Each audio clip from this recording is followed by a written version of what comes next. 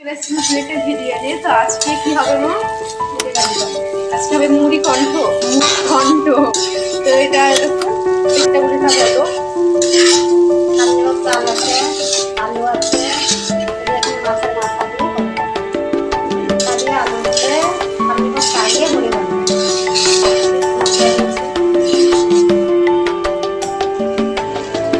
গরম জলটা দিয়ে দিচ্ছে এরপরে 500 চাল আছে,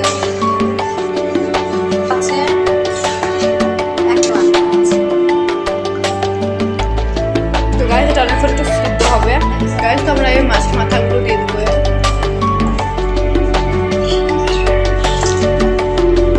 গাইস সব দিয়ে দিয়েছি, এবার মিক্স করে ঢেকে রেখে দেবো সিদ্ধ হচ্ছে। কিছুক্ষণ পর চলে গেছে, তাহলে সিদ্ধ হয়ে গেছে।